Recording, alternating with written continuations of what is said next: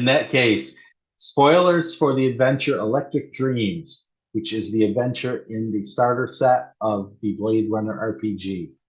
If you do not want to be spoiled on this adventure, now's the time to check out. I'm going to stop listening to Teos right now. I'm just going to sit here and look like a fool. Uh, so, Teos, as we have said in the past, these intro adventures are so important because they tell you exactly how the game Yeah. designers and the game publisher expects you to use their rules. So let's see how this goes with the Blade Runner.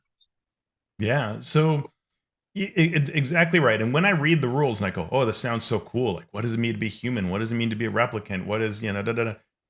How do I write an adventure that does that? Right? Like, I don't immediately know. Like, I could just mess around and find out, but it's not like build a dungeon with a temple at the end and stop the ritual. That's pretty easy for me.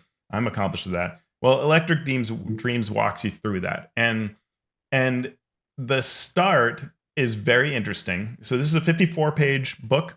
They call them case files. And so it's very small, 54 pages compared to what was it, 96 for the Planescape thing we just reviewed.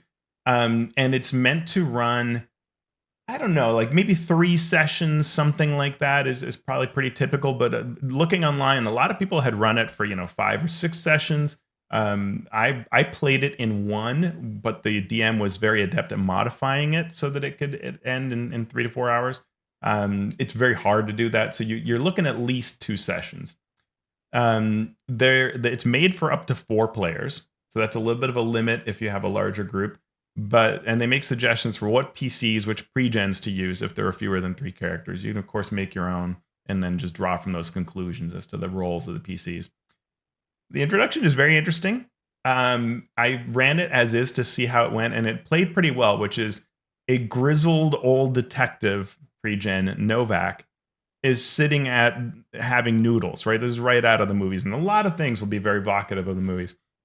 And then the replicant Fenna, the other character, shows up, and her job, and she gets a handout for this, is go find Novak, bring him out of sort of his, being away, semi-retired, to come do his work. And Novak's sort of hook is should be retired, but ran out of money. So you need to work, right? You need to come back. And that's sort of part of your grizzled kind of nature. And Novak is reading the newspaper, which is a handout. And boy, that handout, the players don't realize it at first. Everything is relevant to the story. Every little bit has something there for you. And in fact, there are clues in the newspaper, which is really cool. Um, and the DM is encouraged to let them just kind of talk, right? Role play, which is a nice way to get into the hey, this is this kind of game, right? This game is not like only make a check, only make a combat roll. Like no, get into it. And so in fact they do. You give your players that freedom for the two to kind of role play a bit, um, and kind of let's go back and da da da. And then when you fly back to LAPD headquarters, then the other two or how many other PCs are playing are there. In a briefing by Deputy Chief David Holden, who's the guy who gets beat up by in that whole turtle on its back scene in the original movie, that guy recovered and he's got an iron lung and he's there giving the briefing. And the briefing is pretty cool in that it sets the scene and gives you a bunch of options for what you can look into. And in both the times that I've gone through this intro part, there are a lot of questions the players have. The players feel like they have a lot of options. There's zero sense of a railroad, right? It's like, ooh, I want to look at this. Oh yeah, I want to look at this thing. You know what? Maybe I'll go with you and we can do that first. Like it's fun, engaging, highly motivating kind of scene. And any thoughts, questions so far, Shawn? No, I Okay. do you, the question I was going to ask Yeah. is what you just answered, which was, sometimes players, especially with a new game, have trouble figuring out what to do first. What do I do? And a game will help them answer that question. So I wondered how that would work for this game. Yeah, when I run like that first scene, right at the noodle, like the funny thing is the DM doesn't do much, right? Like if they order a bowl of noodles, then you get to say something. And I always have this like in my mind, like a fear of like, are the players going to really role play on their own? And the answer is they do. You know, they do. Even if your players aren't much into role playing, they'll have a little fun. They'll have their kind of fun. And it is really a moment for you to just sit back. And then when they all show up at the briefing, you get to give your a fair amount of box text, but it's full of juicy details. There's a little art there, you know, like I could tweak this scene a bit in that there is a lot to say. And so some of them might be missed, but that's okay because there'll be more opportunities to go back and do these things. In fact, one of the things you can do is go back to Holden and say, "Hey, Deputy Chief, what do I need to do?" And he'll dock you a promotion point and tell you, "Because why are you here, you idiot? Go be useful," you know. But they'll tell you, right? And so you can always come back for more, and there'll be other clues that circle around to lead to same ways. Um, and so if you think of one of those conspiracy boards with all the like threads tied together, it's a little bit like that, not quite, Mhm. but there are a number of ways to get to other places. So the briefing and the plot. Two Blade Runners called Leia and Sandor were in a nightclub. It's the same nightclub from the first movie called the Snake Pit. Both of them are Nexus 9, so the latest model, just like your folks who are replicants in the party. They were investigating reports of suspected Nexus 8 activity, the old model that you're not supposed to be around. You're supposed to have been turned in and killed, and there's lots of history around why some of them are around. Sandor was shot dead. Leah is missing. Human supremacists were present. You got to figure out what happened. Quell, who is the PR manager for Wallace Corporation, is pressuring the LAPD to resolve this quickly because, hey, we want nothing but the best advertising news around Nexus 9s and some sort of Nexus 9 missing, shot, whatever. We don't want any bad press. So, one of the things you hear in this briefing is Quell, the PR manager, expects you to come and visit her post haste. There's a sleazy tabloid, Kill Magazine, that will likely cover the story. And you are encouraged to split up to cover the ground faster. And so immediately there's all kinds of things you can do. And one of the things that is here is this idea of like, what does the LAPD have? The LAPD has a drone network that you can look at those cameras at what's called the Whisper Wall. There are databases of information. You can go to their offices. There is the morgue, right? And so you have all these options of what to do. Obviously, going to the Snake Pit, going to talk to Wallace, all of that. And now we use this time tracker sheet, which you can kind of see like kind of like that, right? Shifts and what you're doing on each day. And so you scroll on there, okay, character 1 and 2 are going to go to this place, character 3 to that place, and so on, so that everybody's dividing into shifts and doing things to find clues. And what's kind of neat about this is at certain specific intervals, events will happen. So I mentioned Kill Magazine, which is run by human supremacists. It will publish a story at a certain point in time. And unless they do very specific things to counter it, which they probably won't. And so when the story comes out, it'll make it look like maybe the Blade Runners leaked this story.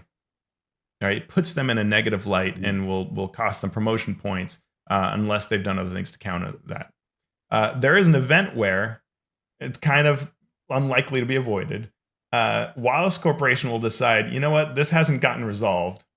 Let's just kill all the Blade Runners. So the corporation sets a hit squad to just take you out and be done with that, right? Like just end the investigation. Because kind of also too many things at this point that may lead into messy areas. So let's just get rid of you. And then there are events that involve the villain, which is not really a villain, but Leia, the Blade Runner who is missing. She will take actions and be in specific locations at specific times, and likely eludes the characters until late in the adventure. And so those events state, right now Leia's at this place taking out this NPC. Leia's at this place getting on a ship to travel off world to escape. And so if you haven't found the right clues, those things will carry out in an interesting fashion. Okay. So pretty easy to run. There's a lot going on there, but There it is sounds like that tracking sheet helps. The tracking sheet helps, and they have a couple of different kind of organizational means. Like they have this, which looks, like a mess from afar. I'm showing a pic. I'm holding up the book Flow chart. where it has a kind of flow chart, and there's a lot of arrows going in different directions. Kind of conspiracy theory style. But what it does do is, if you say, wait, how do they end up at, what were the clues from the snake pit? You can say, okay, there are these two obvious clues in the snake pit. Leah's apartment has two obvious clues to it. If you go to the main frame or the Esper wall, it has these three things it can lead to, that kind of thing. So it makes it a little easier to handle. And the way it generally does it is it treats things as locations, right? So you might go to either of the Blade Runner's apartments. You will probably go to the snake pit. And so each of those kind of covers all the clues that are found there. And the story is written well so that generally it's bound to that location and you can handle that. There are a few exceptions, mostly around Leia. And let's talk about what has happened, right? So the story here is Sandor and Leia have gone to the snake pit to look for Nexus 8s. What Sandor doesn't know is Leia frequents the location and is friends with a Nexus 8 there. And this Nexus 8 called Styles is helping her because she has actually a bunch of trauma that's been going on due to her key memory of her daughter dying. We talked about those key memories that aren't real memories, they're fabricated. Well, in her key memory, she's off world and some terrorists attack or something like that, and her daughter is killed. And Lilith Tyrell, who is the daughter of the Tyrell from the first movie, has been employed by Wallace Corporation to help create replicants that are stable. And her opinion is the best way to control replicants is you give them a super traumatic memory, which will kick in if they think about doing something bad. But in some of the models, including Leia, it's making her unstable, as every time she thinks about her daughter, it kind of drives her wild. And anything she thinks then goes back into this and creates a sort of loop of this. And so she has been doing all these things looking into her past, even though it's fabricated, like she's trying to get pictures out of her mind. She's trying to learn about her daughter and talking to all these Nexus 8s for help. So that's what's going on with Leia. At the club, the way it plays out is a human supremacist heckles the dancer that's on the stage because she's a Nexus 9. Styles picks a fight with them, who's the Nexus 8 that's been helping Leia.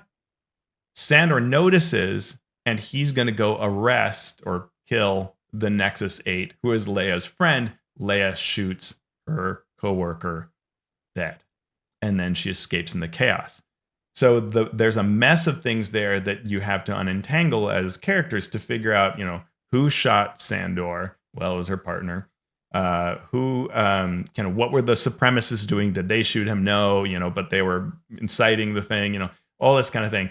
And then to follow the trail of figuring out who Styles is, and Styles and another man known as the Aurelian, who is also a Nexus 8, they work, or the Aurelian works on Anemoid Row making fake butterflies, which is a very cool touch.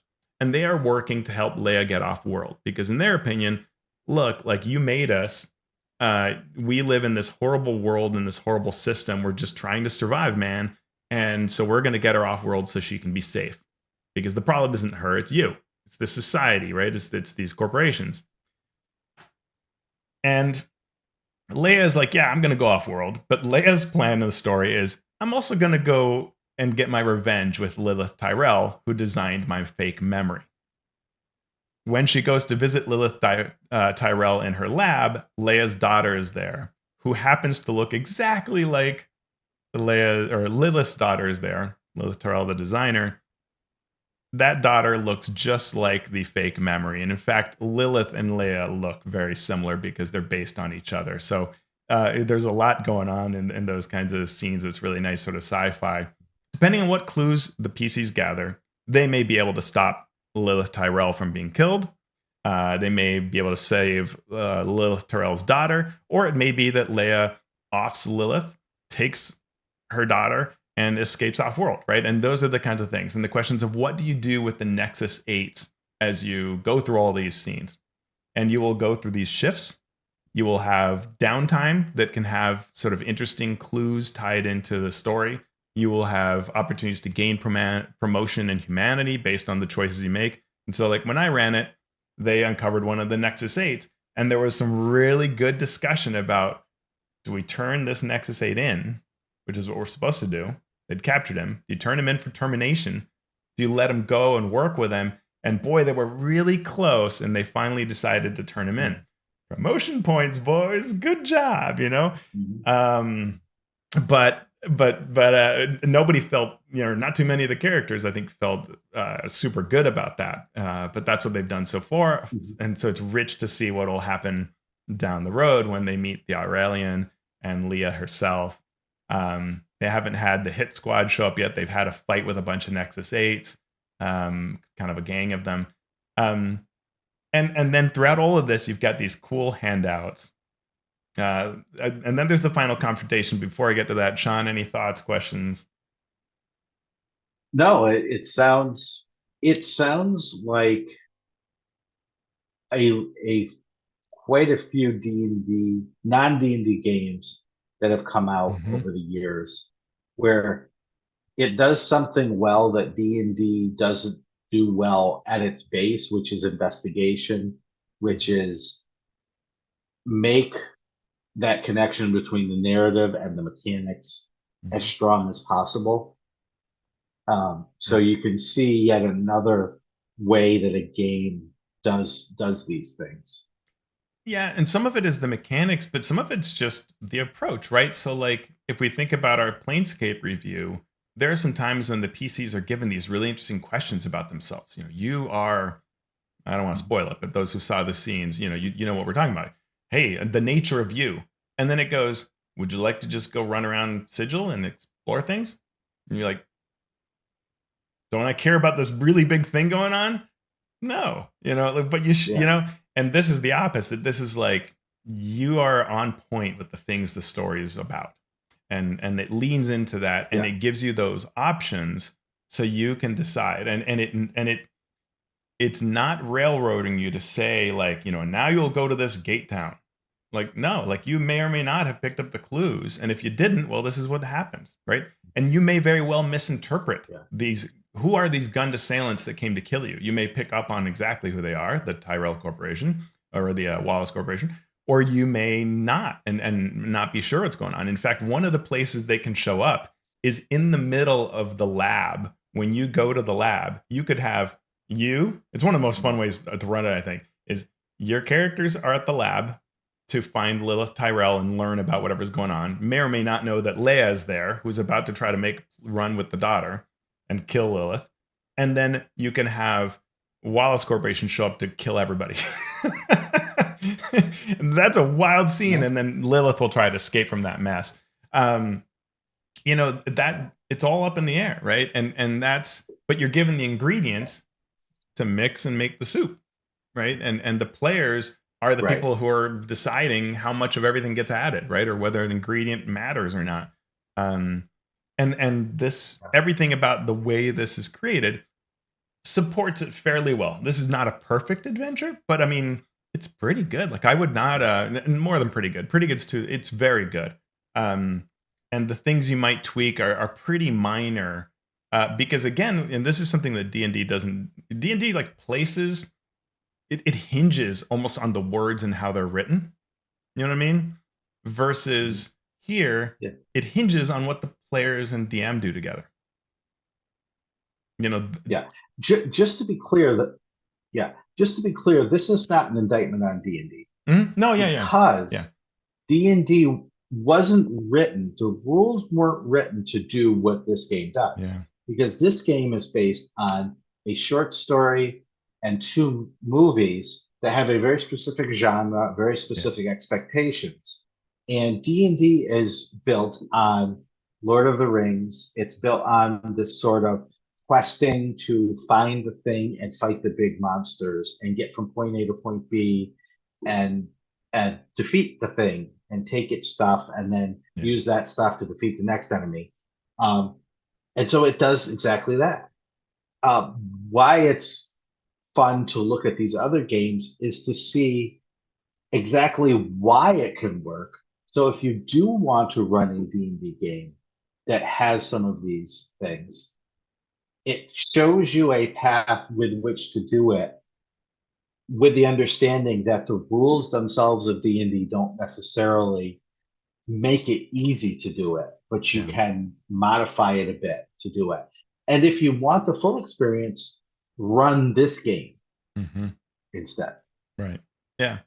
And I think that it means that with D&D, when you're designing, especially an investigative thing, you have to really think through those D&D specific challenges to create a great experience. And there are people who have. There's some really great investigative experiences there.